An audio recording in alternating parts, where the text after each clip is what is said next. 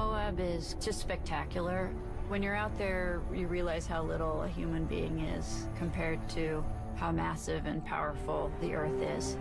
It was going to be a nice run through some beautiful terrain. Taz was ahead of me.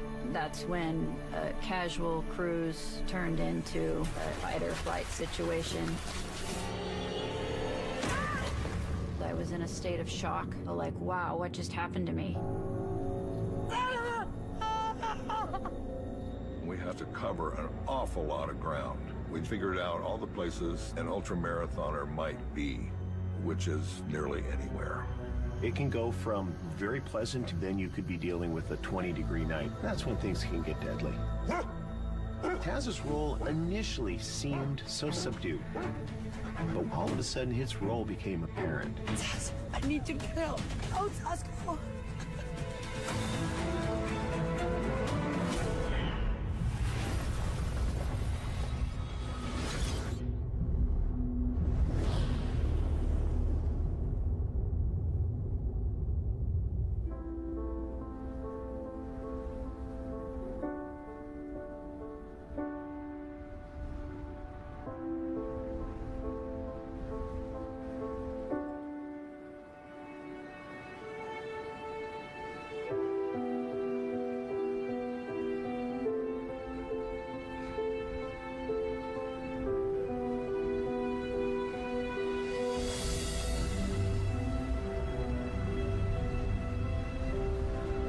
I was living in the mountains in Colorado, and during the spring, I'd travel to Moab, where the climate was a little bit warmer and drier.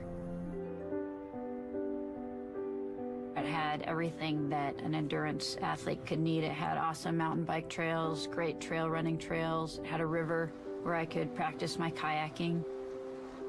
Next thing I knew, I bought this house in Moab.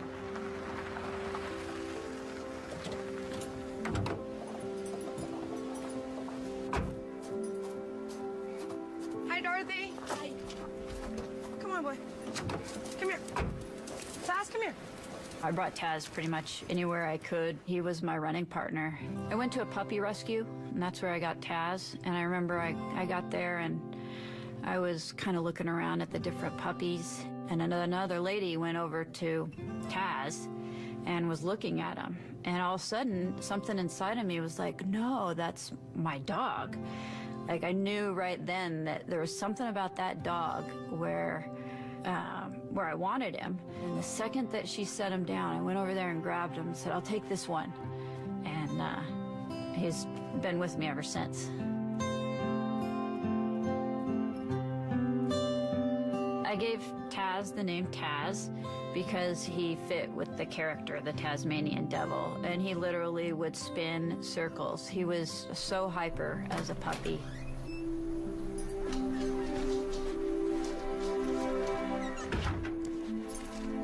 On December 13th, 2006, I just gotten back from an adventure race in Mexico. I had participated in hundreds of adventure races and had had a lot of success, including winning national championships and world championships.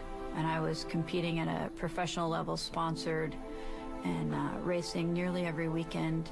So that day I had planned to do sort of a medium distance run of maybe 8 to 10 miles, just a mellow run. Come here, Taz. Come on. So I loaded up Taz, got in the truck, and headed out to the trailhead. Hi, Dorothy. Taz, come. Come on. Good job. There's a main parking lot, which is access for the Amasaback Trail. And then right by the turn to the Amasaback, there's a small parking lot that can fit maybe 2 or 3 cars. And since it was the middle of December and nobody was out there, I just took that parking spot. I was the only vehicle out there. Hold on, Taz. Taz was a little bit like my personal trainer. If I didn't get out there and run, he would, you know, start barking at me and say, hey, it's time to go for a run. And that was because he loved to run, too. Okay, let's go. Oh, wait.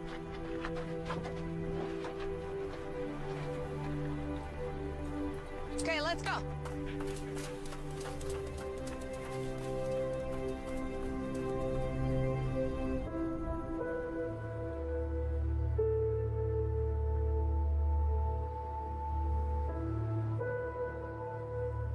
Moab is canyon country. It's known for its unique canyons and funny-looking rocks. Arches and huge canyon walls. It's just spectacular. It's a place that's very unique and different than anywhere in the world.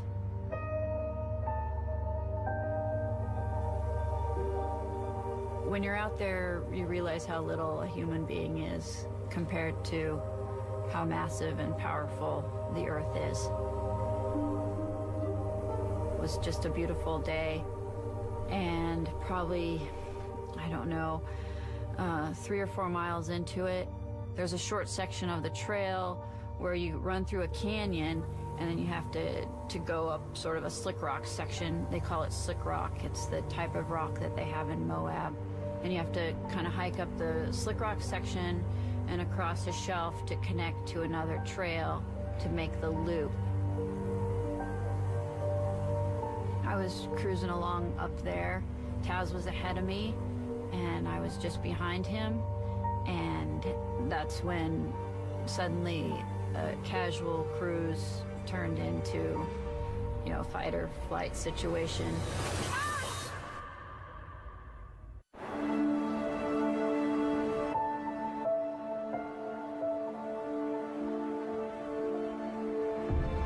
There's very few places where you can go and literally be just a mile or two out of town and truly have the sensation, and very rightfully so, that you're the first human that has ever stood in this particular spot.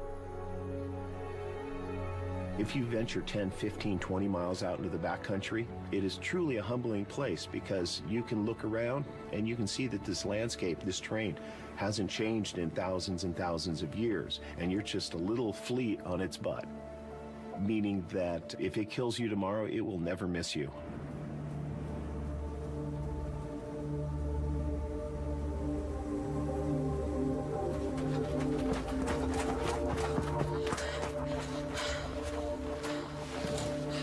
The first time I met Danelle, I was working medical support for an adventure race called Primal Quest. Well, I was working at the first transition period.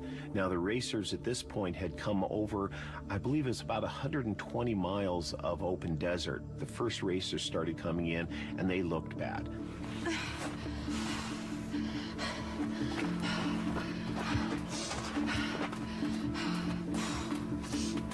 At 113 degrees, that sand is probably 160 to 170 degrees. And those sneakers heat up. They filled with hot sand. That hot sand is abrasive, and you're just pounding for hours and hours across the desert sands. It takes its toll.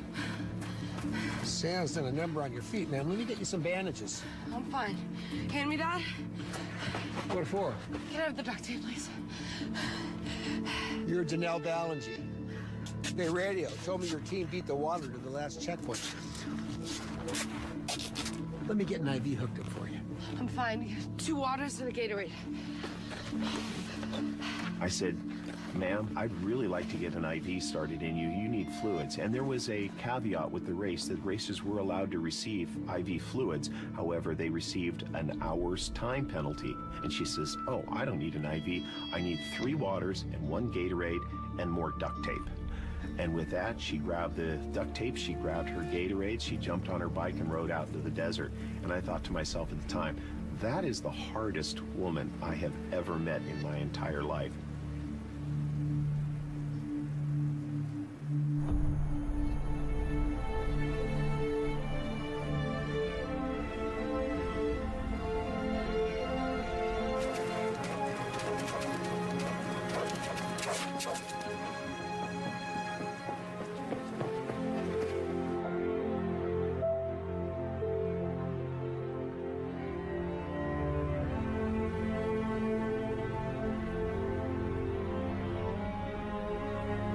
hadn't done this route a lot of times. I've done it a few times, but it was going to be a nice sort of casual run through some beautiful terrain where I sort of connect one trail with another and make a long loop out of it, like an 8 or 10 mile loop out of it. There's a short section of the trail where you run through a canyon, and then you have to go up sort of a slick rock section. They call it slick rock. It's the type of rock that they have in Moab.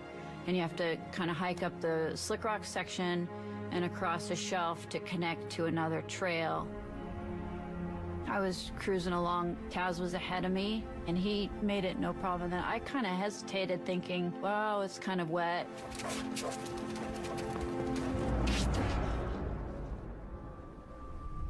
But then Taz was ahead of me, and I sort of just quickly overcame that hesitation and just kept going.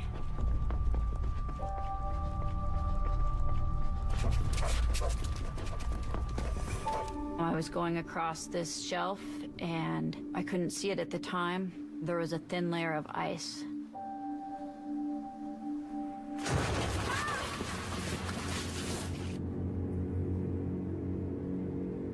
My foot stepped on the ice and slipped out from under me. And so I was sliding down, and the shelf got steeper. Eventually, it was a free fall.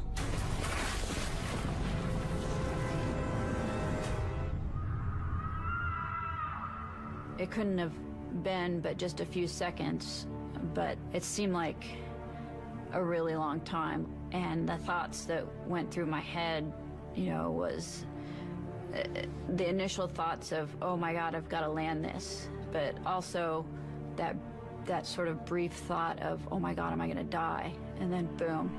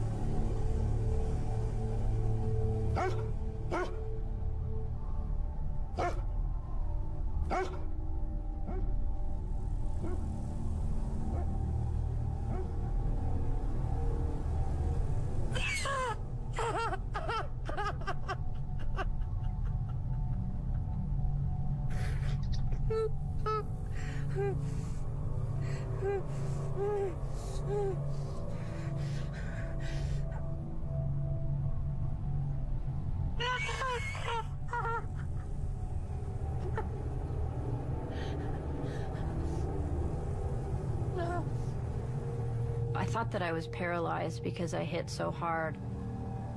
Then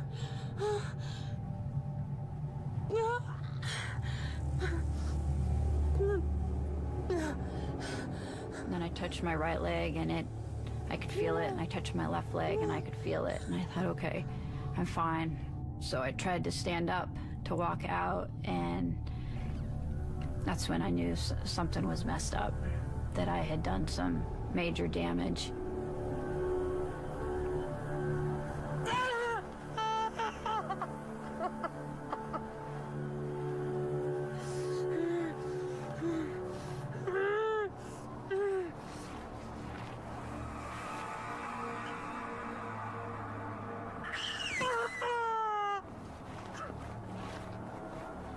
During the fall or right afterwards, I was in a state of shock, like, wow, what just happened to me? I mean, I'm just jogging casually, and the next thing I know, I just fell 60 feet. Just sort of sat there, not even knowing what to think or what to do. And your brain, I think, starts reacting different to situations in which, you know, you're in a survival mode. But I knew I couldn't just walk out of there, but I still knew I needed to get out of the canyon, and that was my instinct, was I need to get out of here as fast as I can.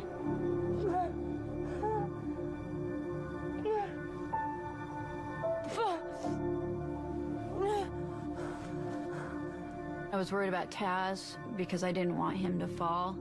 I didn't know if he could get to me.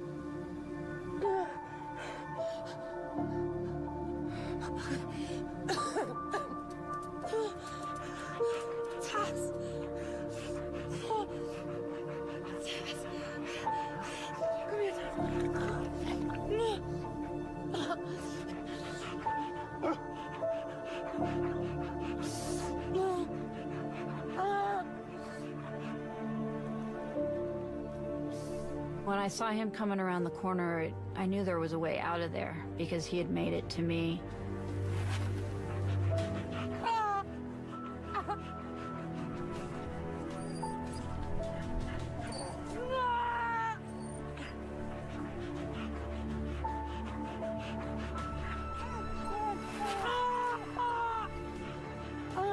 I got face down. And I would just put my hands in front and just start dragging myself. I just started moving this way, and I was moving an inch at a time, and it was exhausting, but I was making progress. I used that mindset. I mean, I was moving so slow, but I was in the mindset that I am going to get out of this canyon. I've got to keep going until I get out of here.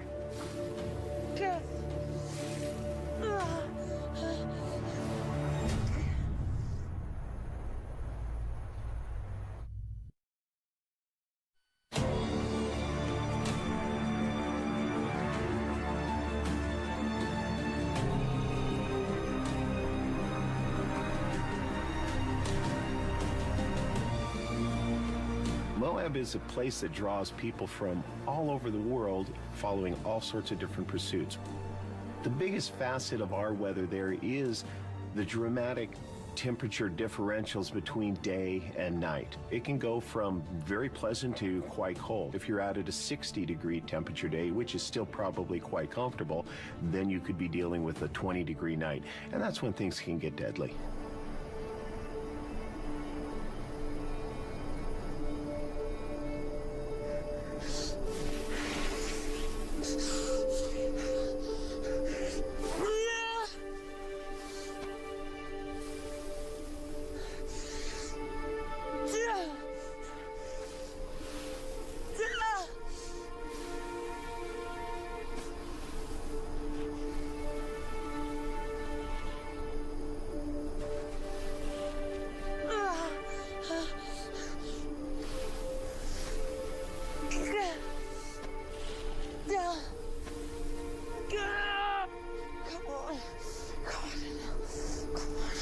I just started dragging myself. And it took me to go less than a quarter mile, right about a quarter mile. It took me 5 hours.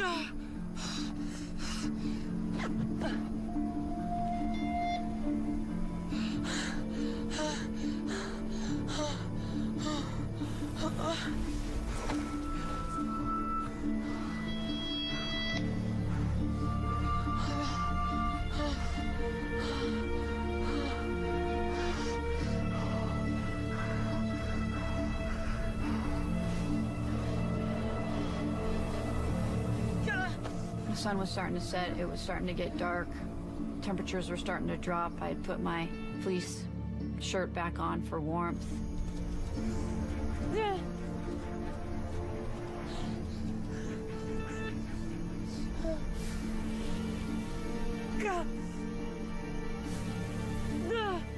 I got to this section where instead of going down the canyon, there was a small rise where I had to go up before I could go down again.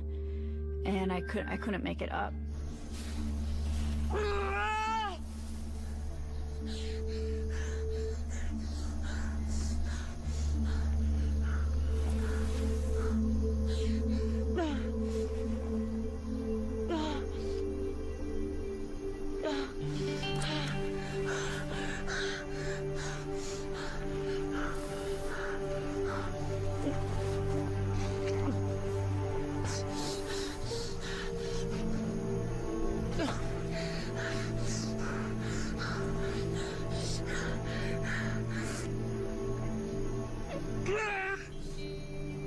At this particular spot, there happened to be a little pothole in the rock.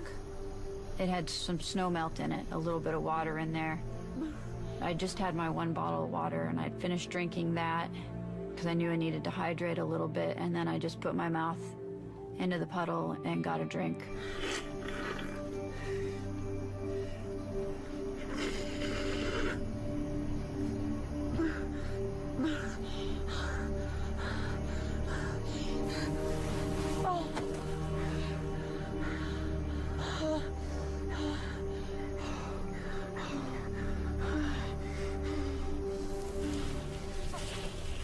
The waste pack, it was sort of just sitting in my truck when I headed out, and so I just grabbed it.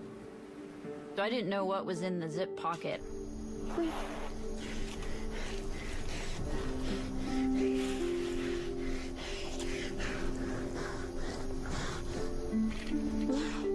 And as it turns out, I had 2 energy gels, a shower cap, and a couple ibuprofen. So I took the ibuprofen, you know, hoping that it would help with the pain a little bit. Didn't really help. I put the shower cap on my head, and it helped trap in some of the heat. Come on. As funny as it is, a shower cap is what we use sort of as part of our first aid kit in adventure racing. Without it, I might have actually died of hypothermia.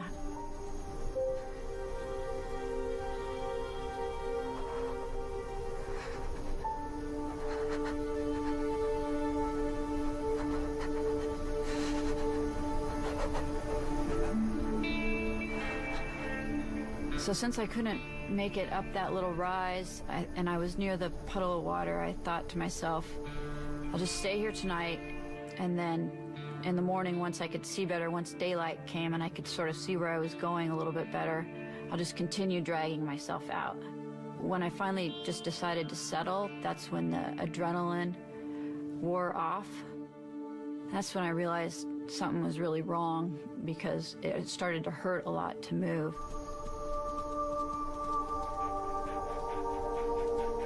Taz came back, and I was like, man, who's gonna take care of Taz, you know? And it was depressing for me, thinking that was gonna be, you know, the last chance I get to run with Taz.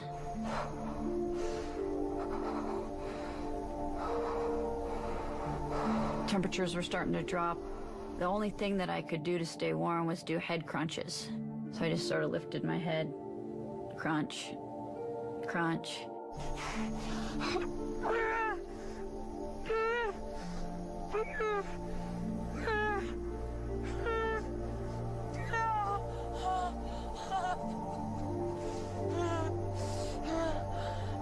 That's kept the blood circulating enough that I was able to sort of, I guess, maintain enough warmth so that I didn't slip into hypothermia and die.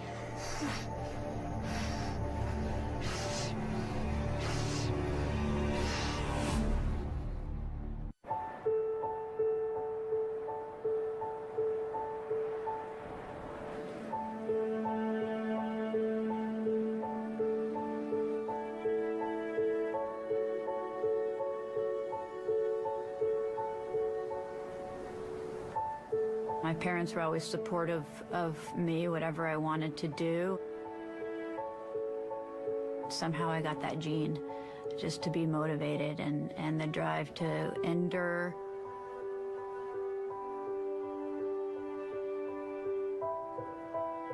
She was involved in athletics in junior high, and I coached her with that, and in basketball and volleyball in 8th and 9th grade. She would have been a very good athlete as a volleyball player, but she was not tall, which is an advantage in volleyball.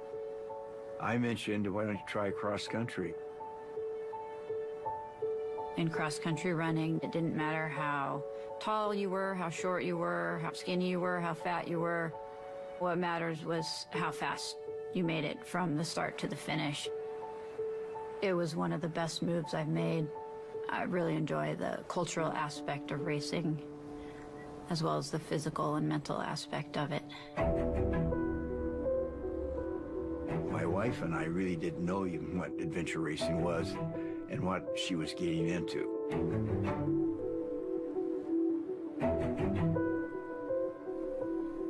Adventure racing combines several different sports: running, mountain biking, kayaking, and rock climbing. Oftentimes, races are multiple days, even 1 week or 2 weeks, nonstop.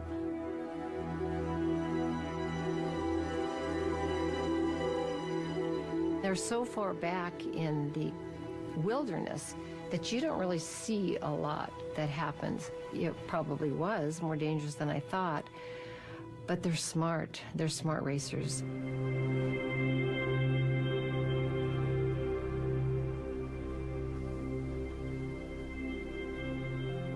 When I first met Danelle, there was a race, which we all did, and of course, Danelle came in second, and I came in the middle, but after the race, I managed to meet her in the parking lot. Good boy. Hey, I saw you race. Uh-oh. Flew right by me. What kind of dog is he? Mud? Are you going to Primal Quest, or? Yeah, I think so. Wait, Taz! Taz! Taz! We started formally dating shortly thereafter for a few weeks just before the accident.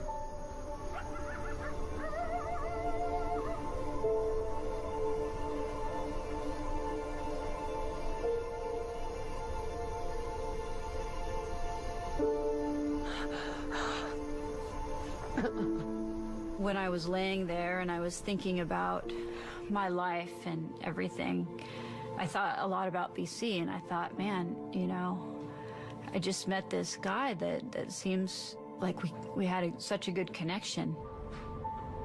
We had gone on our first date when I knew I wanted to kind of get to know him better. When I thought I might die, I thought, man, this is, I'm never gonna get that chance, you know.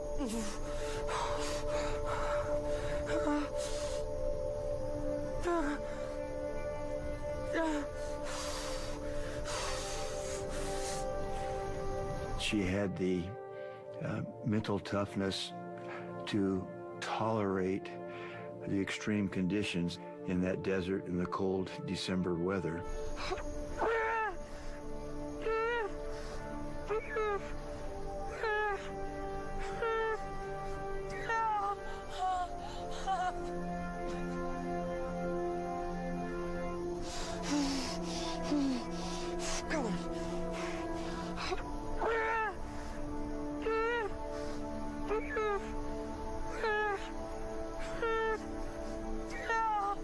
I just did the crunches, but I found sort of a pace where I was able to stay warm enough and not fatigue.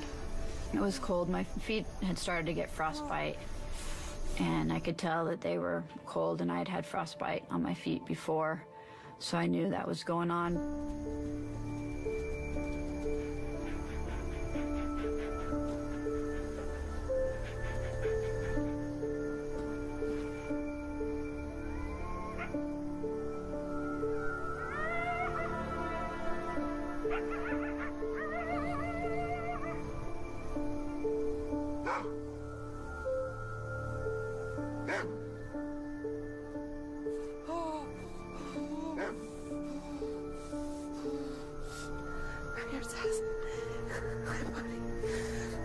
Taz was 3 years old at the time. He had become my best friend. I mean, I talked to him, and I told him, you know, good dog, and I kind of tried to get him to come lay down next to me, because as far as warmth, I was going to, you know, use his body heat as like a blanket. He did start to get a little bit irritated that night. I think he was starting to get hungry, maybe. I think he was wanting his warm doggy bed, and he was kind of wondering why we were camping in this weird spot.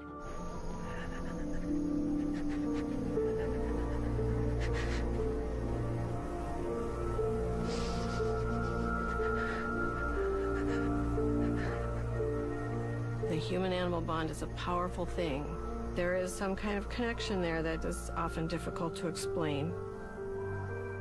From the time she fell, you know, I think initially there was some distress, some confusion on his part. You know, why is she not getting up? This is not the person that I know. She normally is up and active and we go. And why is she just laying here on the ground? Dogs really need information, and they are always assessing situations, trying to get information from the environment. This was certainly something that wasn't predictable. It wasn't anything he was familiar with.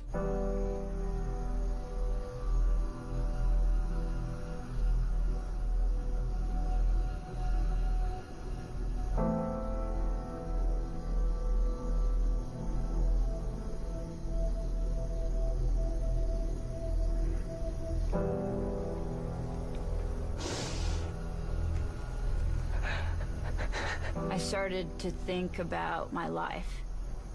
I remember when I first qualified for the Ironman in Hawaii.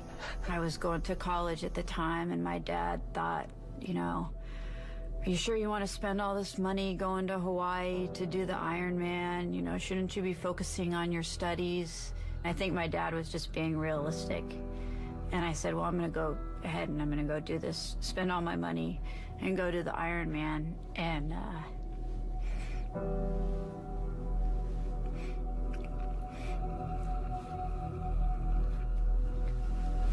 then my dad showed up at the race.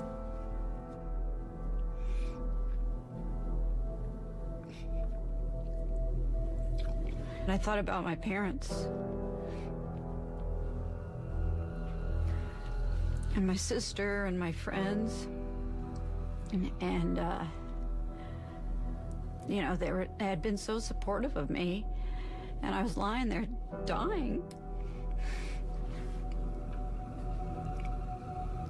And I never had a chance to tell them thank you.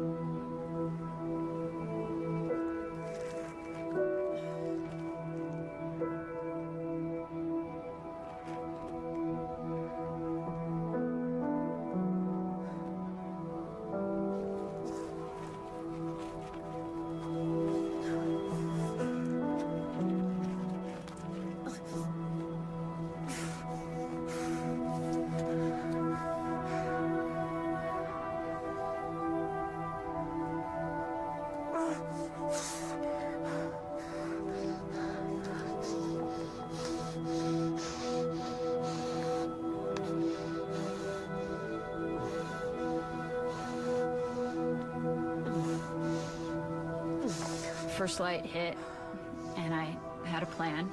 I remember that first morning sort of irrationally thinking, okay, I'm gonna take this energy gel and then I'm gonna drag myself out of the canyon. So I tried to, and I couldn't move.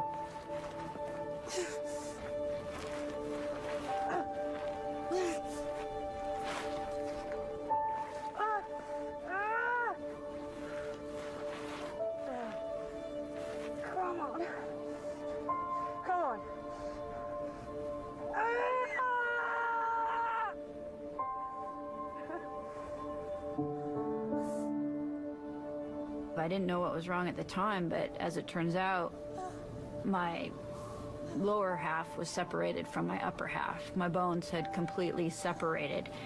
And so whenever I tried to drag myself forward using my upper body, my legs would just stay there.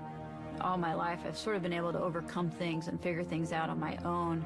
Suddenly I'm in this situation where I can't move. I can't get to the finish line. And so that was, mentally, that was hard on me.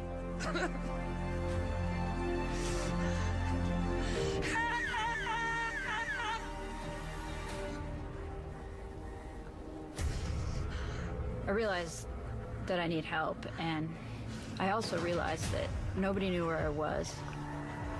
All I had to rely on was hope that somebody somehow would notice that I was missing, even though I wasn't doing anything unusual. I was just out training, and there was no reason for anybody to really be concerned. And somehow, I don't know how, I almost wonder if we have a sixth sense where people can sense what we're thinking. And somehow maybe Dorothy felt that I was thinking that and was like, huh, maybe I should call her parents. I haven't seen her since yesterday morning. Okay, please, call if you hear anything. Danelle's missing. She's what? I got a call from her neighbor Dorothy, probably mid-morning, that something didn't seem quite right. Her curtains were open, her lights were on, her computer was on, and it looks like she left for a short time, but she hasn't returned. I discussed this with my wife. Our initial thought was it might not be unusual for her to go off and train somewhere else. We didn't want to panic, but we called everyone we knew in Moab that had connections with her. We still didn't get any answers. At that point, we felt like we had to call and report it. On the 14th, this call it actually came in just prior to 6 o'clock. The sergeant went over to the house to see if things were in order. So you haven't seen her since yesterday? No, actually, where you park your car is where she usually keeps her truck. Because the blinds weren't shut and the door wasn't locked, it almost looked like they had left with the intent to come back.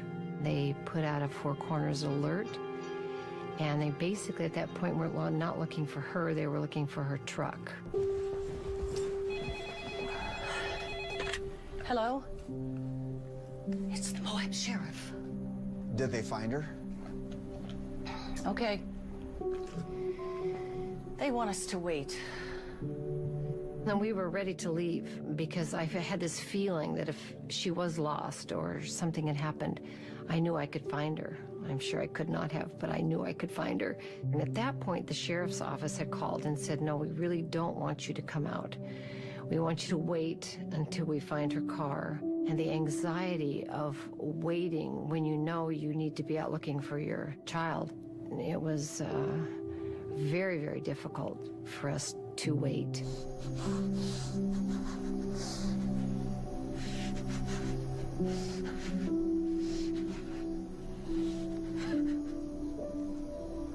I had to face that second night, and that second night was hard. It was cold, and I could feel around my midsection this huge lump. I couldn't figure out what it was at the time, but what it was blood, and it was internal bleeding from the pelvis break.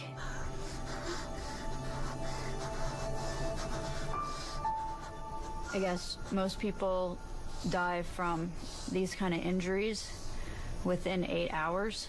They're dead. And I was going on that second night somewhere around 40 to 50 hours of being out there with this injury. All I could do was the little crunches, and I just kept doing crunches.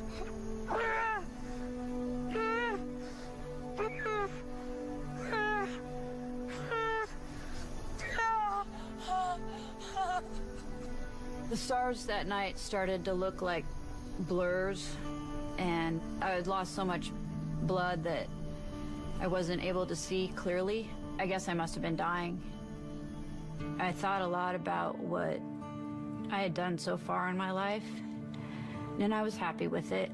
And I was pleased that I had put forth a good effort in life at that point. You know, that was, you know, I tried to be a good person, and I'd, you know, always given it a good effort, and I'd seen lots of neat things that life had to offer and that the world had to offer. But I wasn't done.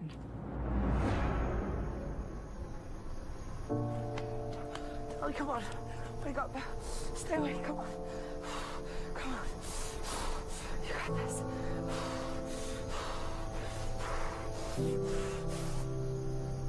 Go.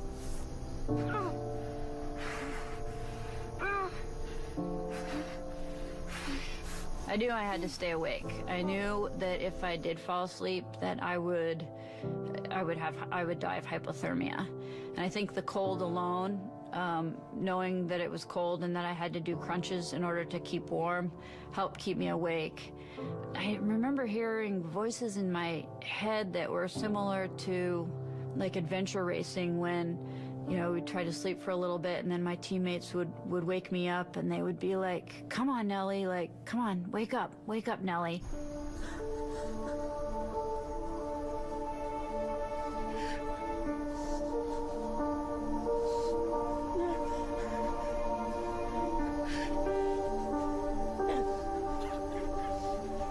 I knew I wasn't done. I knew I had to keep fighting. And I thought about my future. And up until that point, I had committed myself to being an athlete. And I was glad that I did, but I wanted to be a wife. I wanted to be a mom.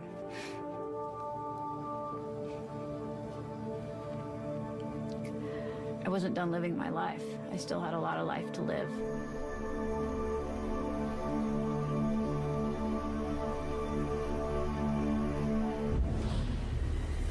We all got together and figured out all the places an ultramarathoner might be, which is nearly anywhere.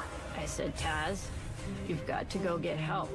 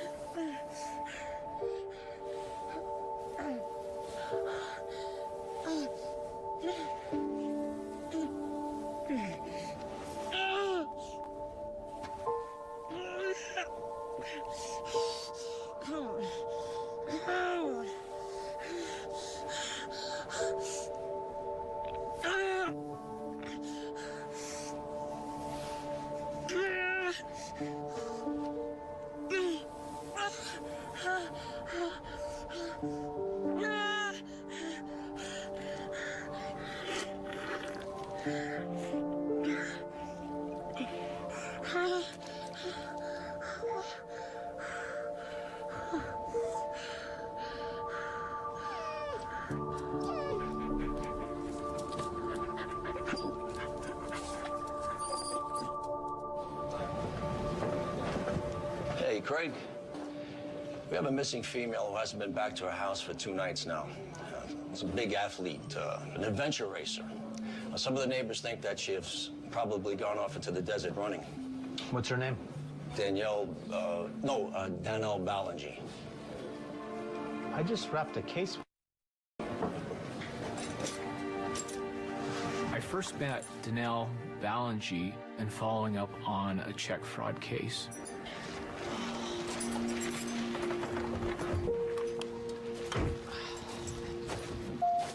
Ms. Ballingy? Oh, hi.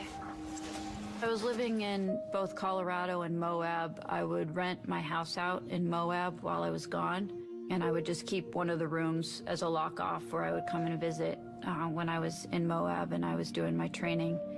And I had to kick the tenants out because they were causing problems. And when I kicked them out, one of the tenants actually stole some checks out of my checkbook. They caught him, and so a detective on the case came over to my house to ask me a few questions, and that was Detective Shumway. Any news? We found the people who stole your checkbook. Now you just have to decide whether or not you want to press charges. I only vaguely remember the encounter. I do remember that he was a very, very nice and very calm, and he asked us questions and then went on his way. Typically, when you're doing a follow-up with people in cases like that, they may be grouchy because of what happened to them, but she was a really kind and polite person.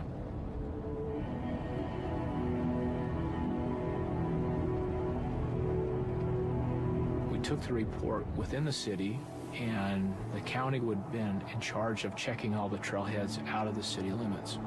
It was out of my jurisdiction. I remember how I felt about that. I had this feeling like maybe I should go look for this girl.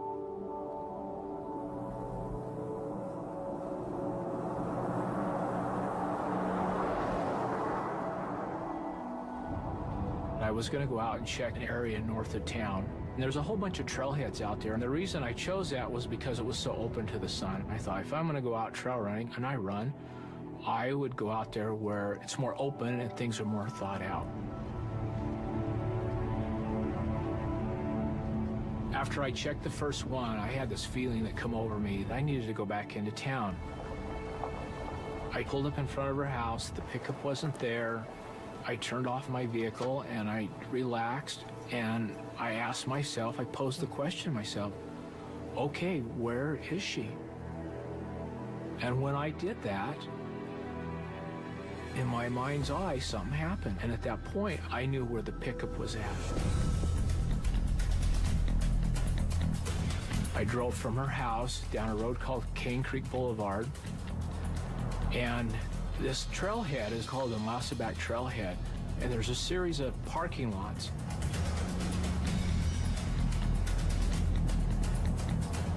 Well, I went past one parking lot, and then I went past a second parking lot, and there was only one parking lot left. When I drove around the corner, there was the vehicle.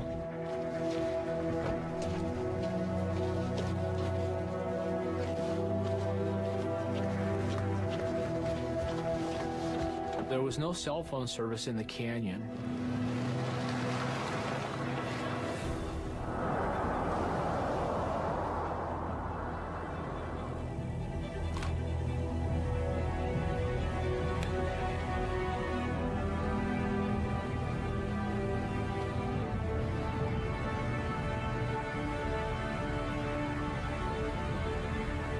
I had to get out of the canyon, completely out of the canyon, then I had cell phone service. It's Shumway. I found Balaji's pickup. It's at the head of a Mossaback. Grand County Search and Rescue is an arm of the Sheriff's Office. Most of us have a job, and when the pager goes off, we are allowed to leave that job and go rescue somebody. I remember the page that day, and it was initially, please meet at the search and rescue shed for a briefing with Moab Police Department. And I went, that's not a normal page. Usually it's, please meet at the shed for a river rescue or an injured mountain biker on a particular trail, that kind of thing.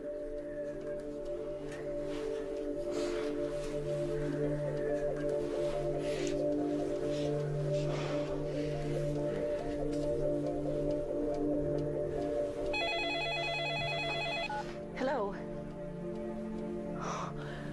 Okay, they found her truck. As soon as we found out that the Moab people had found Danelle's truck, we jumped in our car as fast as we could. That was the first point when we thought, well, we really do have a situation here. We really do have a problem. She could not have left the truck and spent 2 nights and most of 3 days out there without something very serious having happened. We have a single female that's been missing for at least 2 days. We think that she's in the backcountry. That's 2 nights out there. With only about 4 hours of daylight left before it's 3. We all gathered around and met with the deputy. He said, we're looking for some sort of, I guess, a triathlete. They were out probably doing a training run. And this person, name is, and he struggled with the pronunciation. But when he said Danelle I go, Belangi? He goes, oh, yeah, do you know her? And I said, well, I know of her. Well, her pickup was found at the Yamasa Back Trail.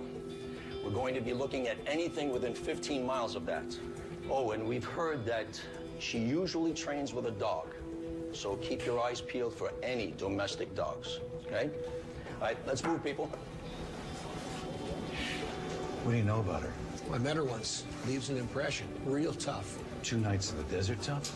If anyone can go 2 rounds with Moab, it's her. I knew this was not our normal call. This wasn't a lost tourist.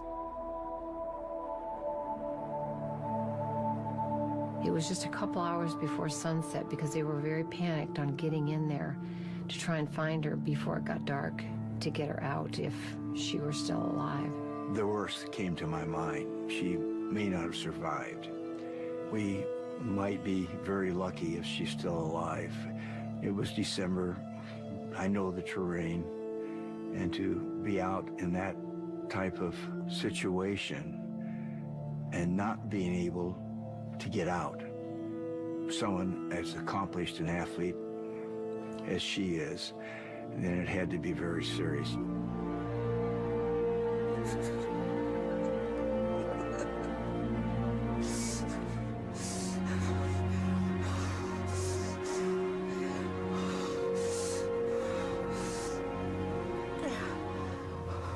This conflict was kind of going on in my head. I'm like, I can't give up. I can't give up. I got to keep fighting.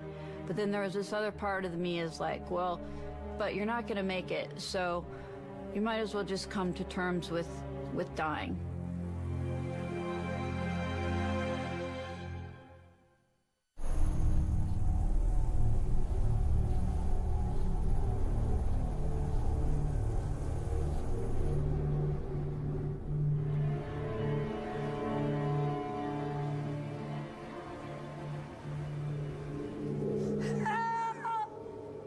I'm stuck.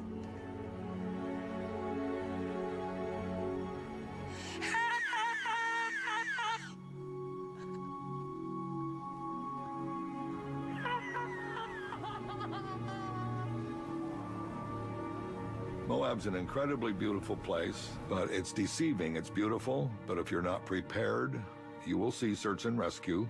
John had gone to the briefing, and he called me, and he said, there's someone who's been missing for a couple of days, and you know who it is. I always knew about the big names of adventure racing. I had friends who were elite racers and professional racers, and it's a small circle.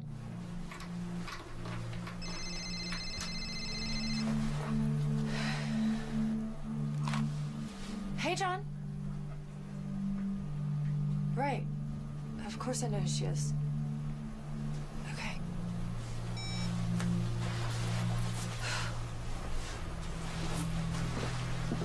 I said, well, I can leave and go help. So tell me, you know, where we're going and what needs to be done.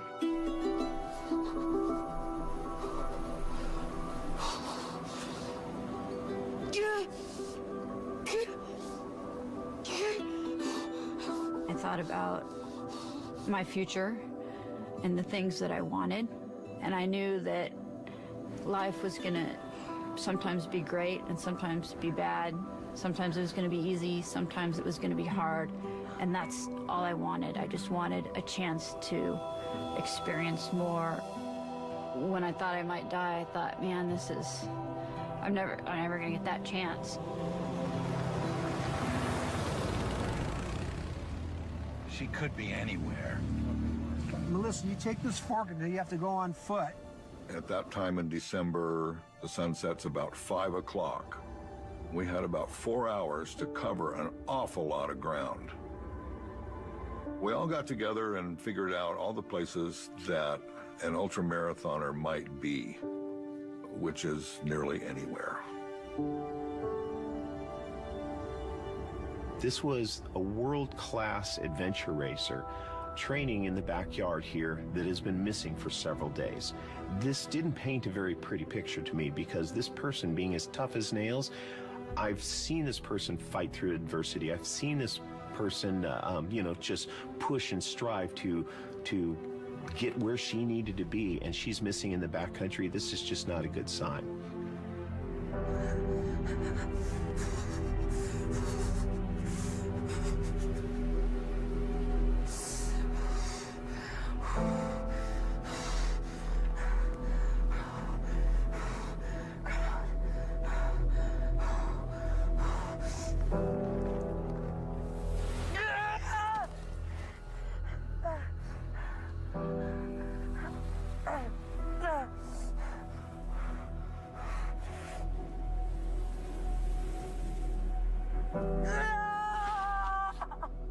Kept making one more effort to drag myself out of there. So I roll myself over and I try to drag myself out of there, and I would start breathing really hard. I was hyperventilating. My vision would get really blurry and I would kind of black out for a little while, and then I would come back.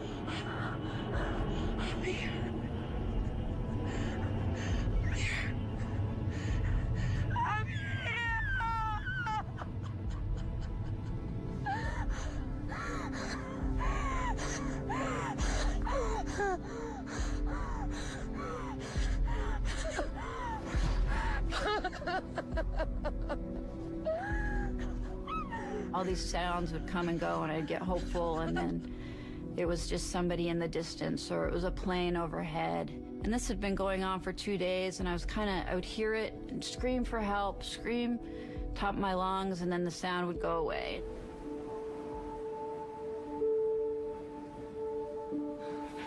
Taz! Taz! Taz! Taz was kind of coming and going. It was sad kind of looking at him because I couldn't take care of him, but he was all I had.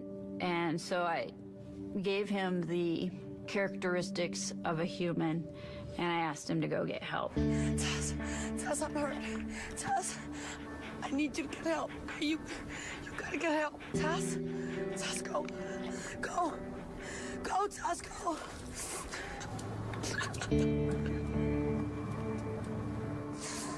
I looked at him. I said, Taz, you've got to go get help. I need help. He looked at me directly in the eyes, and then he turned around and he ran off. And I looked at him and he looked back once again. Almost, I guess, as he was like nodding when he looked back, like, okay, I got it.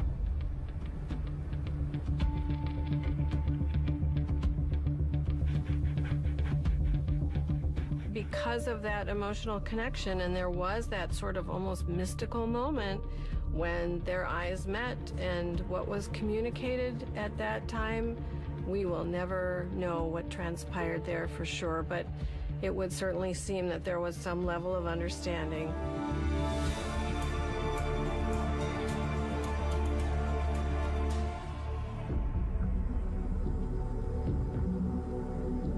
When the pager goes off, I think all of us figure that who we're going to get is alive. And we keep that mindset because it's an urgency. It makes you focus. It makes you cover your job thoroughly because you want to find this person alive like you think they are. As we were all getting our various equipment, this dog came running up through the crowd. Whose dog is it, Kevin? Didn't Kruger say something about Danielle sometimes training with a dog? Hey, get on the horn, get a description of her dog, and someone check the tags. We're going, does Danielle have a dog? I don't know. Does she have a dog? But this dog was not about to be caught. This dog just ran through this huge group of people and vehicles and kept on running down the road. And we're just going, what?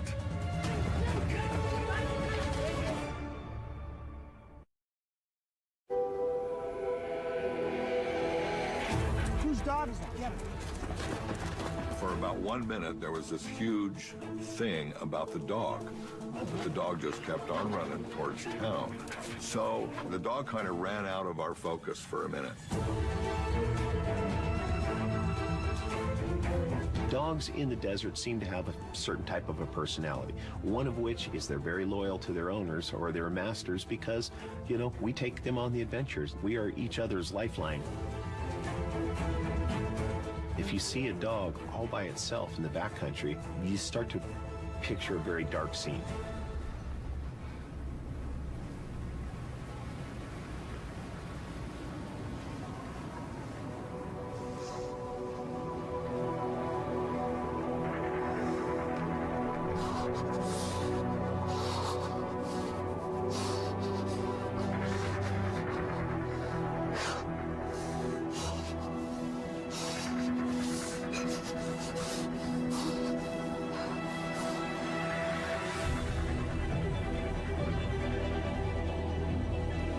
About a mile down the dirt road, there was another single track trail, a foot trail. John decided to send me down that way.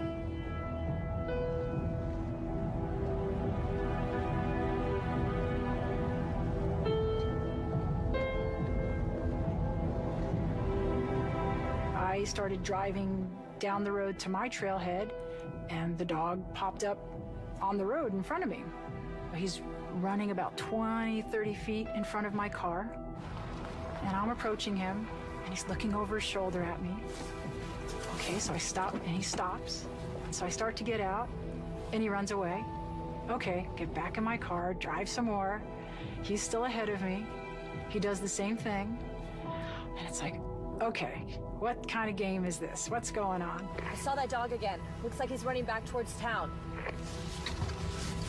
He runs ahead some more, and so the best I could do was get on the radio, say, hey, I saw the dog again. He's on the road back to town.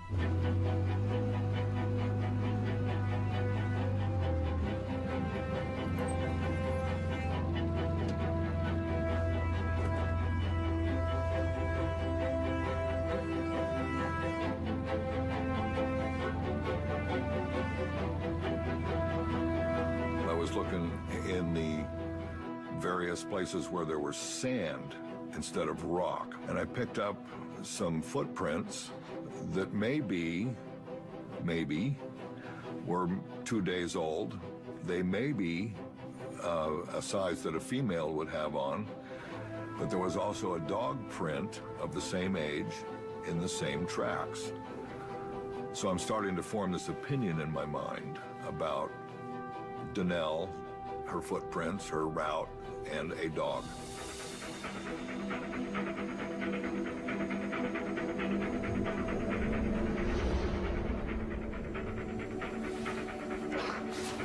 I looked down into the bottom canyon and I saw this medium-sized brown dog coming back from the direction that had disappeared. And lo and behold, it starts up the Massaback Trail behind the two Polaris Rangers.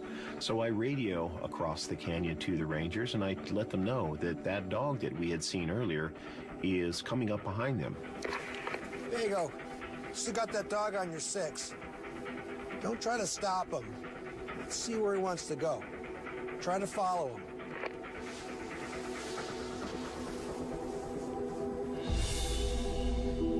Don't try to stop this dog. Let's see where this dog is going. There's a good chance that it's on to something.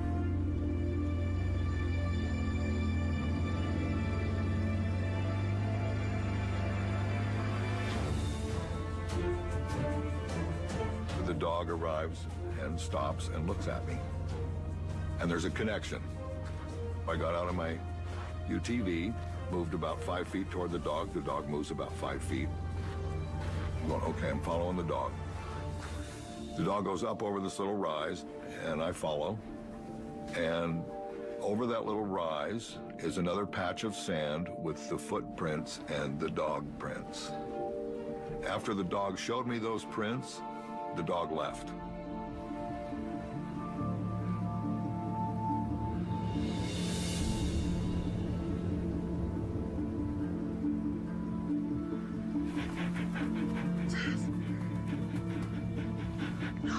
Taz. Tess, no, please. Tess, I need that. Stop.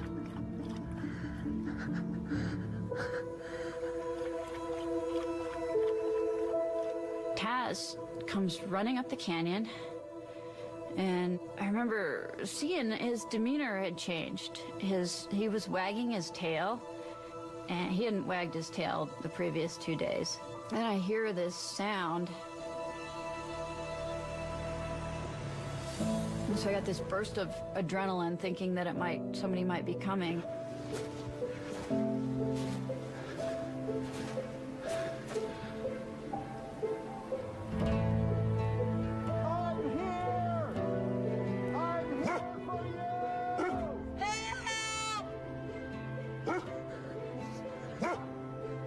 Right prior to this, I was by far at the very worst moment of my life, the very, very worst moment of my life. And I start screaming for help, and he says, "I'm here for you." And that was the very best moment of my life. The moment I heard the scream was incredible. It's one of the sensations of my life that is unforgettable. I'm coming down there! John?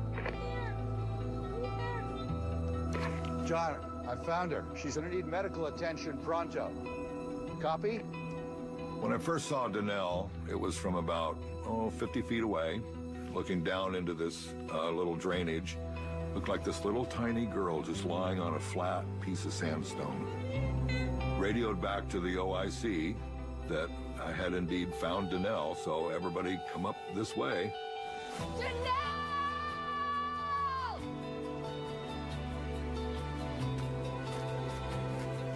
We have found Danelle. Repeat, we have found Danelle.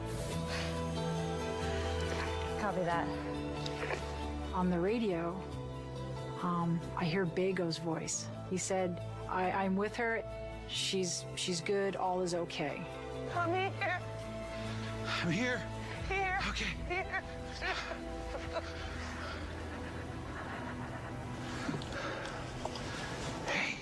Hey, it's okay. I'm here now. How you doing? Okay. Hey, you want some water? Here. Let me help. Here. Okay, not too much. Okay?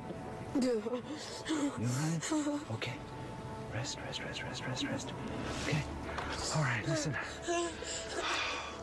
We don't have a lot of time. What? Gotta get a chopper in here before sundown. So tell me, what's your major complaint? I mean, what's the most pressing issue? I think I broke my pelvis. They're all this stuff too. Okay. I said, okay, what's your chief complaint? And she said, well, I think I broke my pelvis. Okay, that's not so good. That's a major injury. I bet you're kind of cold, huh? All right, look, I'm going to go back up to my... No, please, No. please. I'm just going to go let them know exactly where we are, okay? And then I'm going to bring you back a sleeping bag. Get you nice and warm. How'd that be? Okay? Here. Yeah, you're a good boy. Boy, that's a great dog. That's a great dog. Okay. Here's the canteen right here. Okay. Thank you. Okay, I'm just glad we found you.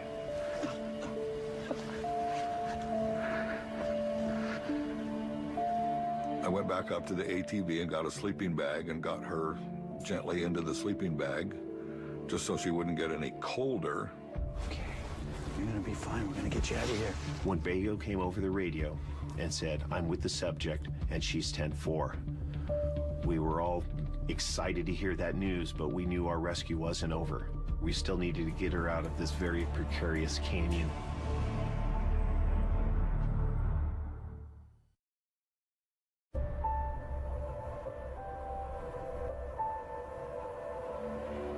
The hour was growing late. The temperatures were already beginning to drop. We knew our job was not nearly over.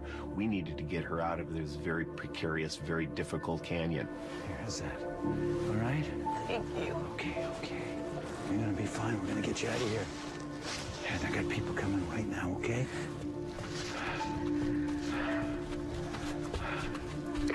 John, there's only one spot we're gonna be able to get a chopper in. So, better get a move on it. We're losing the light. The problem became getting word out of exactly where we were and getting a helicopter in. Helicopters like flat spots to land on. And I'm in a pretty narrow canyon, so I'm wondering if I can find a place that you can land a helicopter. Because of this very tight canyon, it had a limited window of ability to fly in there in the fleeting light. So it truly got into the canyon on the last few minutes of its available flight day. Literally minutes.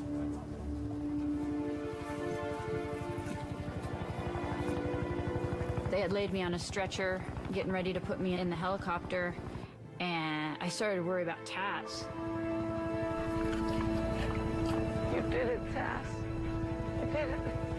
And he came up behind me, right by my head, gave me a lick on the cheek, and I reached back and told him that, you know, everything was going to be okay. 1, 2, 3. There we go. And they put me in the helicopter and took me away. We were heading for Moab. They had actually found her at that point and called us. And of course we're driving and we're crying. And we're just so relieved that they found her. And so they said, don't go to Moab. We're taking her by helicopter to Grand Junction. We had no idea the seriousness of the accident or the circumstances, but the fact that she was alive was all we needed to hear. We headed directly to the Grand Junction Hospital. She was alert and she was smiling, and we walked into the room. And the first thing she said was, I love you, Mom and Dad. They had her at a hospital in Grand Junction, and then they flew her to Denver, and so I immediately came down to Denver to see her. She had gotten frostbite so bad. They were talking about cutting her feet off. They were talking about she'll never walk again. And you just put aside all the problems that you have in your life. I mean, you can really see what's valuable in life at that point.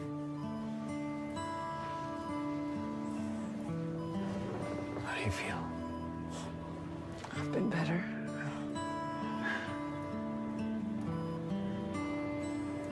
Doctor says it's going to be at least a year before I can get back on the trail. No way. Did he say when we can go on another date? I went up and I grabbed her hand and I said, gee whiz, I know you just fell off this cliff, but I hope we could still date. And she said, sure. There was sort of this bond after what I went through, and the feelings just being so intense at that moment that it was almost like fate, that if I did see him again, that it was going to work out. And it did.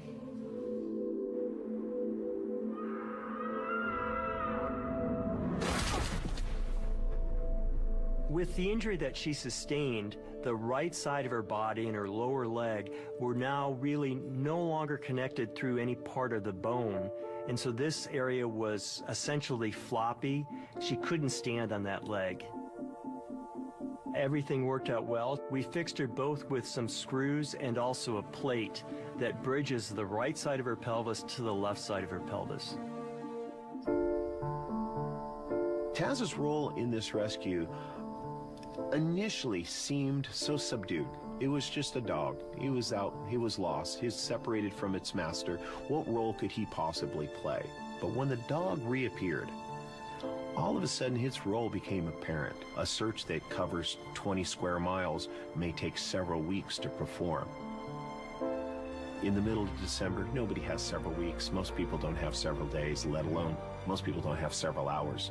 But on this particular day, that dog led us up the right finger of the right canyon and truly was instrumental in the success of this rescue. They normally don't allow dogs in the hospital for obvious reasons, but this particular time, they were going to let Taz in. Taz! Come here! Come here! And he just, you know, came running over to me, and he kind of squealed. Come here, hi. Oh, hi, boy. I think it was pretty emotional for him to be able to see me. And of course I was, excited to see him. My sister lived in Denver, not too far from the hospital, maybe a half mile or so. So they brought Taz back to my sister's house. And sure enough, they opened the door at my sister's house. Taz goes running out the front door, jumped the fence, starts running down the street, and Taz went straight back to the hospital. And he made it, he didn't make it successfully into my room, but he did make it to the hospital where they said, sorry, no dogs. Taz is a very special dog for all of us, and it's hard to imagine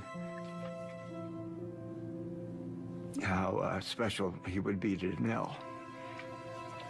The loyalty that he showed to Danelle in the situation was as good as it gets. Every time I look at Taz, I have sort of this appreciation and bond with him. It just reminds me of that day that I got a second chance.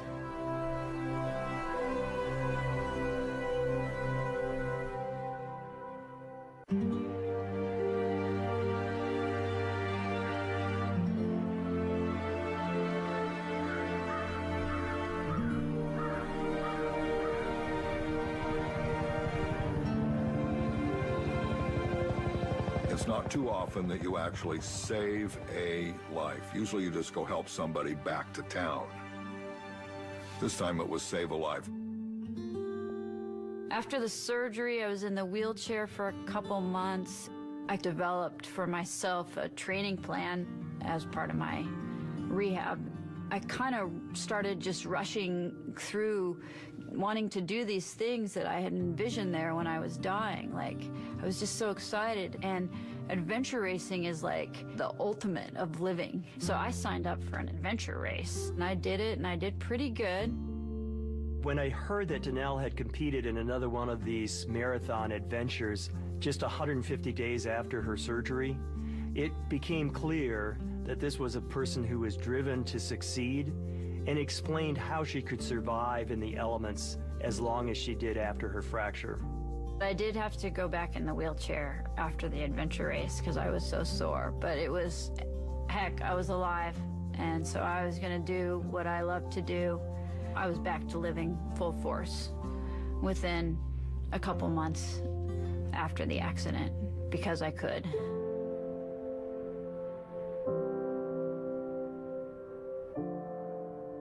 When Danelle was out of her wheelchair and started walking again, I thought to myself, I've got to see where she was. I've got to see that spot.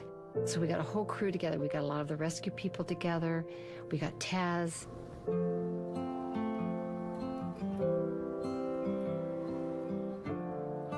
Danelle's mom had picked up a bunch of little heart-shaped rocks,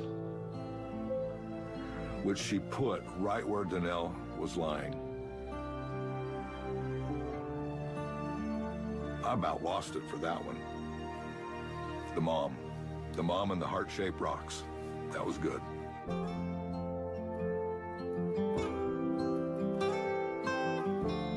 We ended up getting married. Today we own Milt's Stop and Eat Drive-In Diner in Moab, Utah. We have two wonderful little boys, 7 and 5. I'm so happy that I cry every time I think about it. Yeah, I feel so lucky to have the kids, and I love being a mom. Having my two boys is...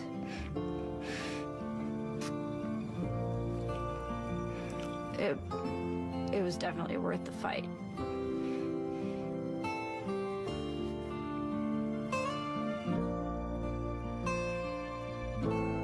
Taz is still alive today. He doesn't run with me anymore, but he's doing good. He's in good health. I take him for walks every day. Taz could have left. Taz could have just left if all he was concerned about was his own self-preservation, but he did not. It's just so evident that they had such a strong bond.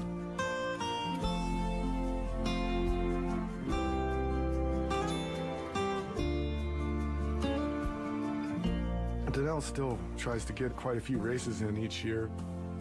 Danelle's also organizing the Moab Trail Marathon. She set the race course up right through the canyon where she had the accident.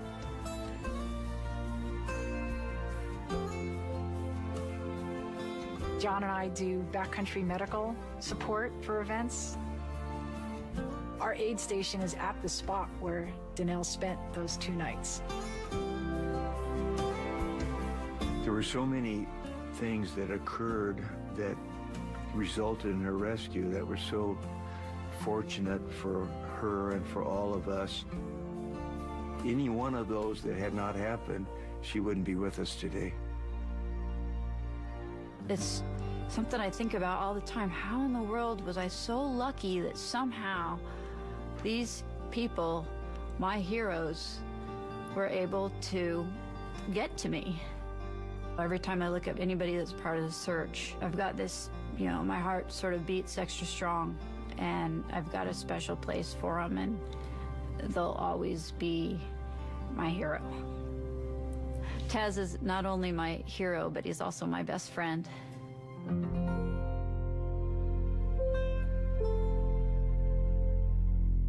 Sunday Fun and Games kicks off with a new Celebrity Family Feud tomorrow.